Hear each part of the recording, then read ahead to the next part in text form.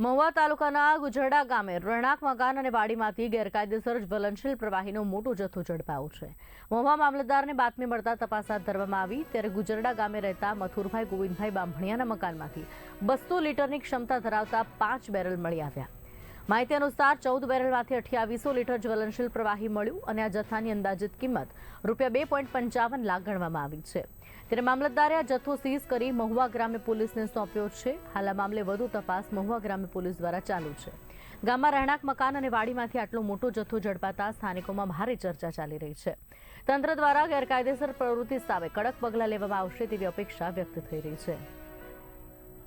Mahuva Somnath national highway ઉપર આવેલ ગુજરડા ખાતે રામેશ્વર હોટલની સામે આવેલ રહેણાંકના મકાનમાં જ્વલંત પદાર્થ રાખેલ હોવાની બાતમી મળેલ, જે અન્વયે તપાસ કરતા મકાન માલિક મથુરભાઈ ગોવિંદભાઈ બાંભણિયા અને તપાસણી સમયે તેમના દીકરા ચિરાગભાઈ મથુરભાઈ બાંભણિયા હાજર હતા અને મકાન ઉપરથી જ્વલંત પદાર્થના 5 બેરલ 200 લીટરના તથા માઢિયાથી અમૃતવેલ જવાના રસ્તા ઉપર આવેલ તેઓની માલિકીની વાડી ખાતે 9 બેરલ 200 લીટરના મળી કુલ 14 બેરલ મળી આવેલ હતા, જેનો જથ્થો કુલ 2800 લીટર મળી આવેલ અને જેની કિંમત 2,55,000નો જથ્થો સીઝ કરી ધોરણસરની કાર્યવાહી કરવામાં આવેલ છે અને તે અંગેના આ જ્વલંત પદાર્થ કયા પ્રકારનું છે તે અંગેના ધોરણસરના નમૂના લઈ